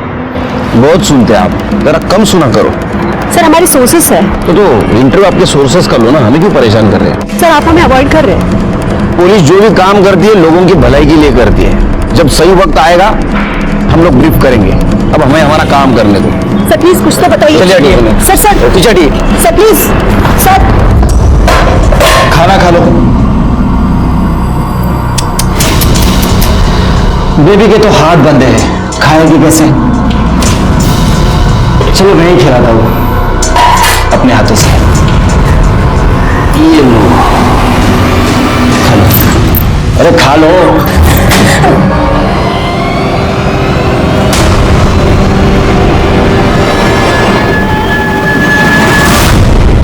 तुझे बोला था ना उसके हाथ खोल देना और खाना खाने के लिए बोलना। अगली बार से कोई बदतमीजी की ना तो मुझसे बुरा कोई नहीं होगा, समझा? हाँ तो ठीक है ना, ये तो आराम से भी बोल सकता है। ये ज्यादा अकड़ का दिखा तो जाके अंदर बताओ उससे तू कौन है। देख अपने 50-50 हजार रुपए लेके ऐसे कल्टी हो लेना, इसके बाद लड़की का क्या करना है वो मैं देख लूंगा। ये शाने दिमाग का बेंगत बना। ये क्या है?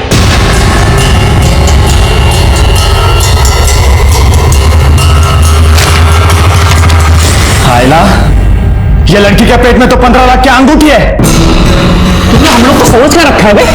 हाँ? अब अंगूठी के बराबर 3 हिस्से होंगे, समझा?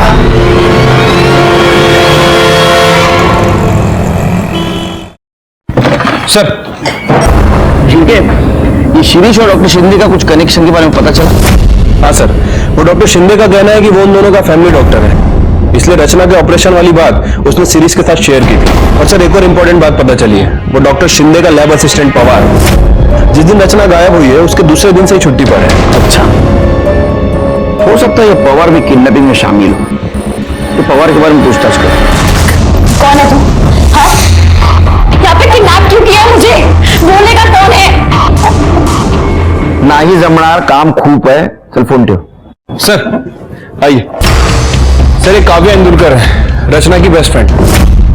रचना ने इनके साथ एक वीडियो शेयर किया था सर एक लड़का है विपिन दाभोलकर, हमारे कॉलेज में ही है। रचना उसे पसंद करती थी और हमारे कॉलेज में उसकी एक्स गर्लफ्रेंड भी थी। उन दोनों का झगड़ा हुआ था, उसी का ये वीडियो है। एक्चुअली सर विपिन की गर्लफ्रेंड ने बाद में सुसाइड कर लिया था।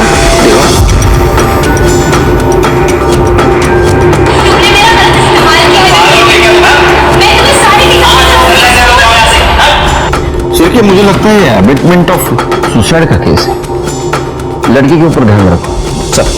सर मुझे लगता है कि विपिन ने ये किया है क्योंकि उसे पता था कि रचना के पास ये वीडियो है और वो उससे बहुत गुस्सा था इस बात के लिए। ठीक है तुम जाओ, जरूरत पड़ी तो बुलाएंगे तुम्हें। सिर्फ काम वाली बाई का नाम क्या बताया? रानी सर। उसके बारे में पता किया? सर रानी का नेचर कुछ ठीक नहीं लग रहा है। उसे अपने बेटे के लिए किसी प्राइवेट कॉलेज में एडमिशन कराना है और उसके लिए उसे तकरीबन 15 लाख रुपए की जरूरत है। अच्छा, अब सर वो ठहरी काम वाली बाई 15 लाख कैसे अरेंज करेगी? मतलब तुम्हारा कहना ऐसा है कि रानी ने रचना को किडनैप करवाया होगा? हो सकता है सर, क्योंकि रानी को पैसों की तो जरूरत है। उसने सोचा होगा कि रचना को किडनैप करते हैं और रैंसम में 5 लाख रुपए की डिमांड करते हैं और बाकी के पैसे उसके पेट में जो डायमंड रिंग है उसे बेच के अरेंज कर लेगी। उसको और उसके पति को बुला। साहब रचना बेबी तो हमारी बेटी है, उसका हम लोग किडनैप कैसे? किडनैप नहीं करते तो 15 लाख रुपए नहीं मिलते ना। बच्चे की एडमिशन करनी है ना इंजीनियरिंग को। वो तो बच्चे की जिद थी साहब, क्या करें, हम अपने गांव की अपनी सारी जमीन बेच रहे हैं ताकि उसके एडमिशन के लिए 15 लाख रुपए इकट्ठा कर सके। जब गांव की जमीन बेची जाएगी तो हमें इन्फॉर्म कर देना। भागना नहीं पुणे से, और गए तो बच्चे का फोटो और मोबाइल नंबर भी देके जाना। साहब हम कहाँ भागेंगे साहब, जब रचना बेबी के बारे में मुझे पता चला तो मैं बाबा से वो विभूति लेकर आई और मैंने मैडम को दी थी। अरे देवा, ये अंगूठी की बात बाबा जी को भी पता है? साहब नहीं पता कि वो चमक कर विभूति कैसे मिलती बाबा जी से। तो उन्होंने बोला था कि माथे पे लगाओ तो अंगूठी अपने आप बाहर आएगी। आगे बाहर? अंगूठी आगे बाहर? अरे बाप रे, पता नहीं ये बाबा जी ने कितने भक्तों को बताया होगा और कितने भक्तों ने रिश्तेदारों को बताया होगा। तुम्हारे पास बहुत वक्त है क्या? निकलो, किसी को बताना नहीं अभी। अरे अंगूठी की बात, जाओ।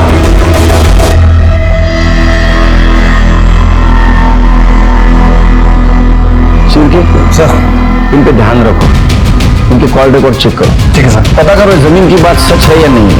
उनके बेटे की भी कॉल रिकॉर्ड चेक करो।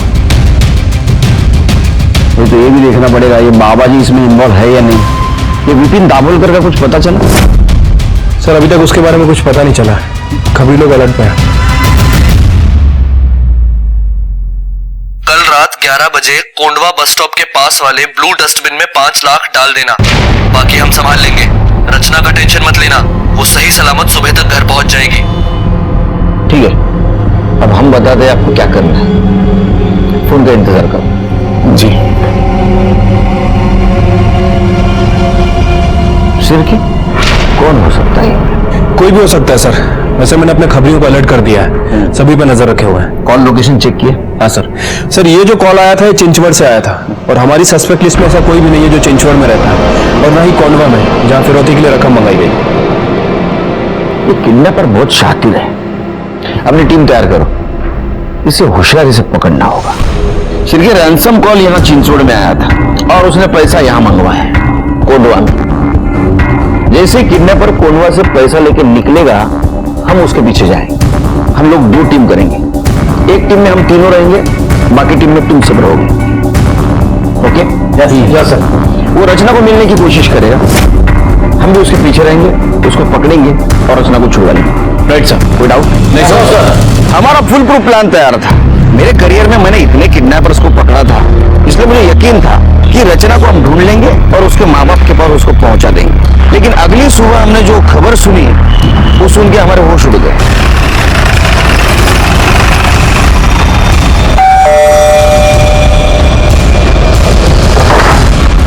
चलो 5 लाख की बैग तैयार है। सर वो प्लान थोड़ा चेंज करना होगा। क्यों?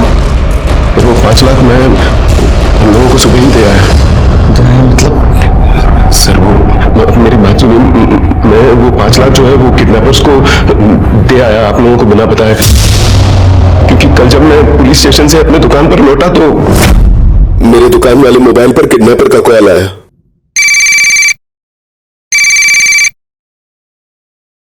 हेलो, क्या रे, मैं तेरे को समझाया था ना पुलिस को बीच में नहीं लाने का, लेकिन तू बरोबर पुलिस को अपडेट दे रहा है। लगता है रचना से प्यार नहीं है तेरे को। नहीं भाई साहब सुनिए ना, मुझे गलती होगी, आई एम सॉरी। मैं रचना से बहुत प्यार करता हूँ, इकलौती बेटी है वो मेरी।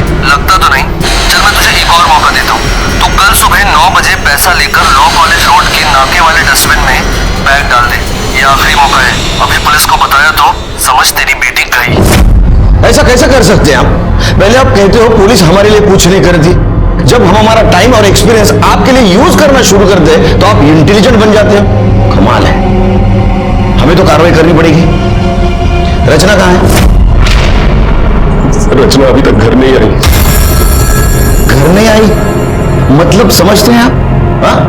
किडनैपर आपको बेवकूफ बना के चला गया। सर मैं मानता हूँ मुझसे गलती होगी, मुझे आप लोगों को सब कुछ बता देना चाहिए, पर प्लीज हमारी हेल्प कीजिए। मुझे तो बहुत डर लग रहा है सर, पता नहीं वो लोग रचना को छोड़ेंगे भी या नहीं। मेरी बेटी को बचा लेंगे सर। अब हमारे पास कंप्लेंट आई है तो हमें ही कुछ करना पड़ेगा।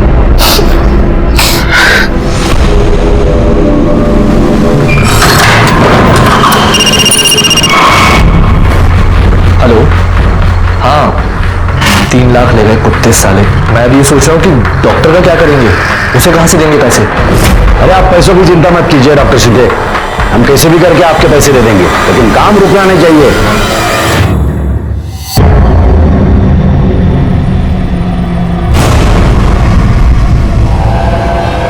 काम हो गया।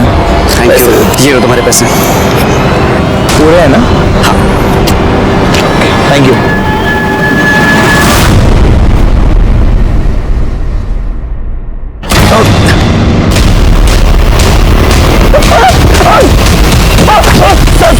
मैंने कुछ नहीं किया।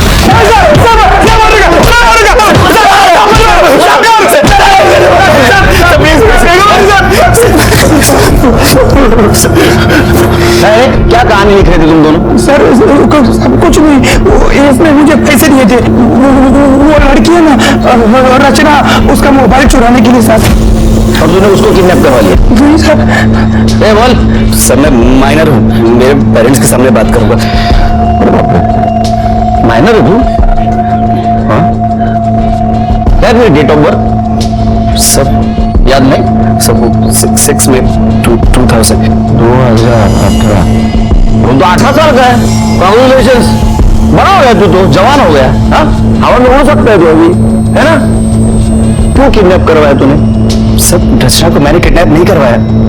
रचना किडनैप हुई है ये तो मुझे न्यूज़पेपर के थ्रू पता चला है। ठीक है, मान लेते हैं कि तूने सिर्फ मोबाइल चोरी करने लगा उसको। मोबाइल का है?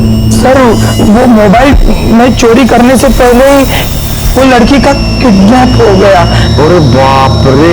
हाँ सर। हाँ, तो पैसे किस बात के मांगे? हाँ, बहती गंगा में हाथ धो लिया? तू खुद को बहुत बड़ा कैसीनो समझता है। अरे पैसे पॉकेट में ले गया वो। चलो बता, मोबाइल क्यों चोरी करने लगा तू? सर वो रचना ने मेरी और गुंजन की फाइट का वीडियो क्लिप बना लिया था। वो मुझे धमका रही थी कि इस वीडियो को वो सोशल मीडिया में अपलोड कर देगी, जिससे लोगों को ये लगेगा कि गुंजन ने मेरी वजह से सुसाइड किया है। उन्होंने तेरी वजह सुसाइड किया?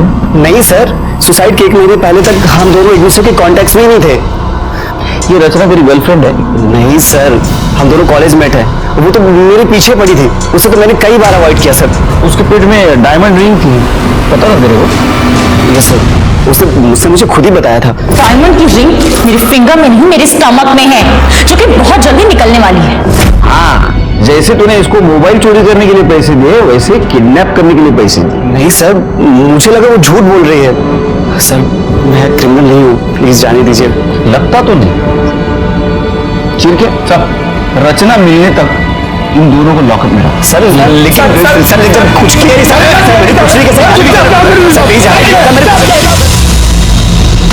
सर, मैंने सभी के कॉल रिकॉर्ड्स चेक किए हैं, लेकिन सर किसी के कॉल रिकॉर्ड्स में कुछ खास नहीं मिला। लेकिन ये जो शिरीष है, इसने ये डॉक्टर शिंदे से कई बार बात की है। तो ऐसा तो नहीं शिरीष, अंगूठी को लेकर इन दोनों में कुछ खिचड़ी पकड़ेंगे। शिरीष को लेकर इन सब में सबसे कमजोर कड़ी शिरीष है, सही मुंह खोलेगा। हाँ सर, मैंने फोन किया था।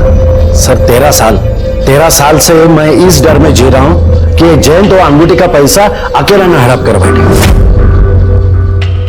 देखिए ऐसा तो नहीं कि रचना को तुमने ही किडनैप किया हुआ है और डॉक्टर शिंदे से ऑपरेशन करवा के वो अंगूठी खुद हड़पने का प्लान है। नहीं सर, मैं ऐसा कशाला करी? सर नहीं मेरी इतनी हिम्मत है, नहीं मेरी इतनी औकात।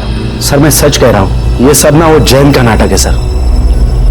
सर जैसे मैंने आपको पहले बताया था, ये दोनों ने मिलकर रचना को किडनैप किया होगा और चोरी छुपे वो अंगूठी निकालने वाले होंगे सर। इसलिए मैं डॉक्टर शिंदे के कांटेक्ट में था, ताकि जैसे ही वो अंगूठी निकले वो पहले मुझे आके बताए। मैं सच कह रहा हूं साहब।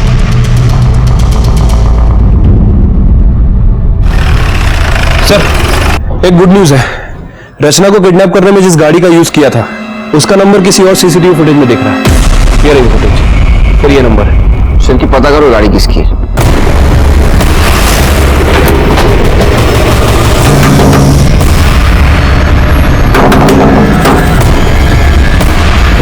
विमल डोनवर आप ही हैं? हाँ जी। ये गाड़ी आपकी है? जी गाड़ी तो मेरी है, लेकिन गैरेज में ये बहुत दिनों से पेंटिंग के लिए हुई है। आपके पास गैरेज का रिसिप्ट है?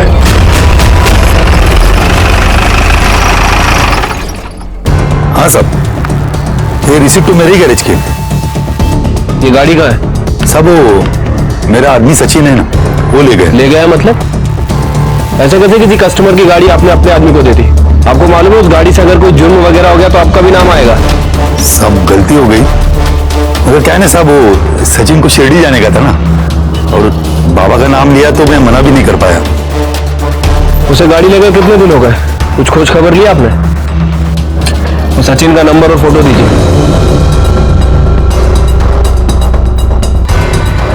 नहीं सर, इस लड़के को हम नहीं पहचानते। सर वो जो लड़का गैरेज में काम करता है सचिन, मैंने उसका फोन सर्विलेंस पर डाला था। सर थोड़ी देर पहले उसका फोन चिंचवड़ में ऑन हुआ है। और सर जब से रचना किडनैप हुई है तब से उसका फोन बार बार चिंचोर में ऑन ऑफ हो रहा है। मतलब उसका अड्डा है वो? हो सकता है सर, क्योंकि रैंसम का कॉल भी हमें वहीं से आया था। एक काम करो, जीपीएस पे मोबाइल लोकेशन ट्रेस करो, उसकी मदद से उस लड़के तक पहुंच सकते हैं।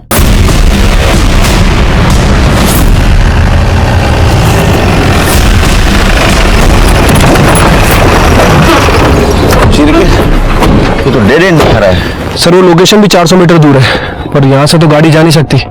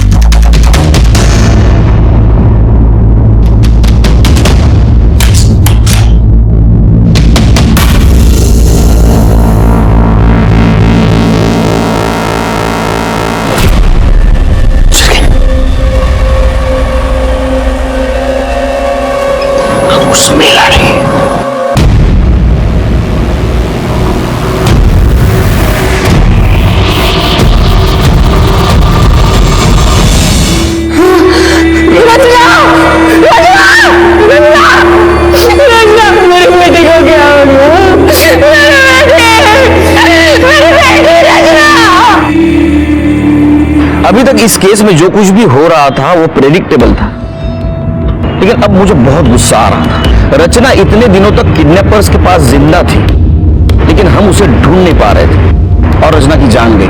कातिल हमारे इर्द गिर्द घूम रहा था, लेकिन उसे हम ढूंढ नहीं पा रहे थे। और मैंने फिर से शुरू से किडनैपिंग का फुटेज देखना शुरू किया। चिरके गाड़ी देखी, ये बाइक देखी, ये बाइक कंटिन्यूसली कार के पीछे। कार ने 2 बार टर्न लिया, लेकिन ये बाइक वो कार के पीछे ही है।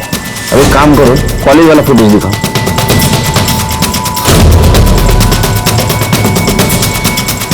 ये देखा, सेम बाइक वाला। यहाँ लड़की का किडनैप हुआ है, बिल्कुल रिएक्ट नहीं हुआ। उसने हेलमेट तक नहीं उतारा। नंबर प्लेट तो जूम करो, क्या दिख रहा है? स्टिकर लगा हुआ है सर।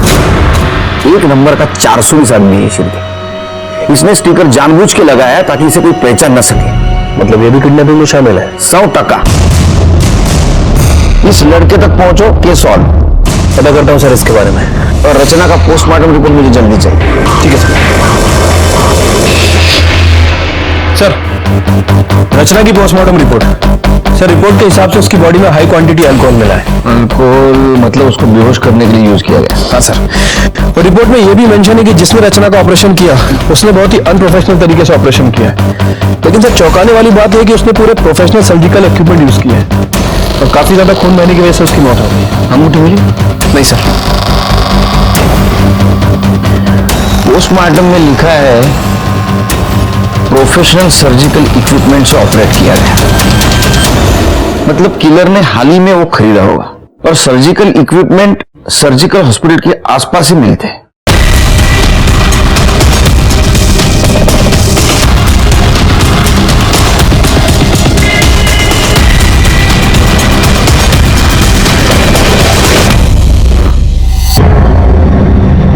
वॉच करो। ये देखिए सर, इसी ने सामान खरीदा है। कौन है ये? पता नहीं सर, रचना की फैमिली वालों से पूछते हैं। इसकी इतनी हिम्मत, साहब मैं इसको छोड़ूंगा नहीं। इसने मेरी बेटी को मारने से पहले एक बार तक नहीं सोचा। आपको कुछ करने की जरूरत नहीं, जो कुछ करना है हम करेंगे। उसका मोबाइल नंबर दो।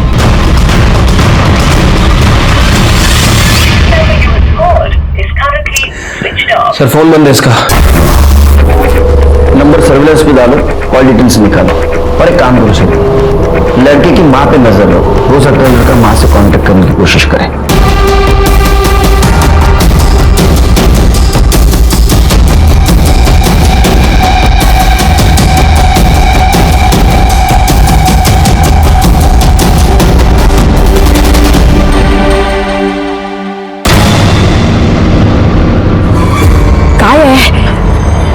इतनी देर क्यों लगाई?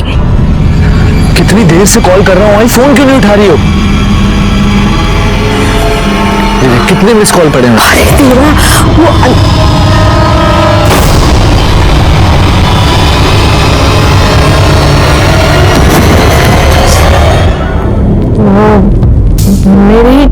कहने पे राहुल ने रचना को किडनैप किया साहब। वो हमारे ऊपर बहुत कर्जा था, लेकिन हमने किसी के सामने हाथ नहीं फैलाया। हमारे रिश्तेदारों के सामने भी हमने कभी किसी बात का जिक्र नहीं किया। वो उस दिन मीरा घर पे आई थी ना, तो उससे पता चला कि रचना की पेट में अंगूठी है 15 लाख की। तो इसलिए तुमने और तुम्हारे बेटे ने रचना को किडनैप किया और उसको मार दिया? नहीं सर, मैं रचना को मारना नहीं चाहता था, इसलिए तो मैंने 5 लाख की फिरौती मांगी थी कि फिरौती के पैसों से एक अच्छा डॉक्टर बुलाकर उसका प्रॉपर ऑपरेशन करवाऊं। लेकिन सर, मेरे साथ जो लड़के थे, सचिन और उसका असिस्टेंट, जिनकी गाड़ी हमने इस्तेमाल की थी उसकी किडनैपिंग के लिए, उनको अखबार में छपी खबर के जरिए पता चल गया कि रचना के पेट में 15 लाख की अंगूठी है। फिर जब फिरौती की रकम मिली तो उन दोनों ने उसमें से 3 लाख रुपए ले लिए। 20-25 हजार रुपए कुछ खाना पीना, सर्जिकल इंस्ट्रूमेंट्स और दारू में खर्च हो गए। ऐसे में जो कंपाउंडर मुझे डॉक्टर प्रोवाइड करवाने वाला था, वो भी पैसों की कमी की वजह से अच्छा डॉक्टर नहीं प्रोवाइड करवा पाया। उसके बाद सर, मैंने रचना को 1 बॉटल विस्की पिलाकर बेहोश कर दिया और जैसे जैसे कंपाउंडर ने बोला मैंने वैसा वैसे ही किया। लेकिन रचना का खून रुकने का नाम ही नहीं ले रहा था। इतना खून देख के मैं घबरा गया और मैंने जैसे तैसे उसकी बॉडी स्टिच कर दी। मुझे पता नहीं था कि ऐसे में रचना की मौत हो जाएगी सर।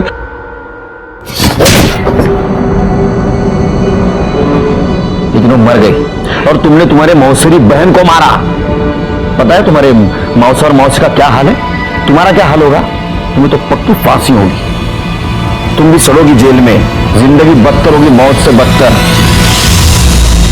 4 साल की रचना ने गलती से डायमंड रिंग निगल ली थी, लेकिन उसको उसकी भरपाई 13 साल के बाद खुद की मौत गंवा कर देनी पड़ी। रचना की मौत बहुत बड़ी सीख है, क्योंकि अगर ये डायमंड रिंग वाली बात जितनी पॉसिबल हो सके उतनी छिपानी चाहिए थी, लेकिन घर बार सब तरफ वो फैल गई और वहीं से शुरू हुआ जुर्म की दस्तक का सिलसिला, जो रचना की मौत पे आके खत्म हुआ। इसलिए दस्तक की आहट को सुनो। मैं सीनियर इंस्पेक्टर सुनील केलकर आप सबसे विदा लेता हूं, फिर मिलेंगे अगले एपिसोड में। तब तक के लिए सतर्क रहिए, देखते रहिए क्राइम पेट्रोल दस्तक। मकसद बताना नहीं, बचाना है। जय हिंद। इस तरह के और भी एपिसोड देखने के लिए हमारे चैनल को सब्सक्राइब करें और बेल आइकन दबाना ना भूलें।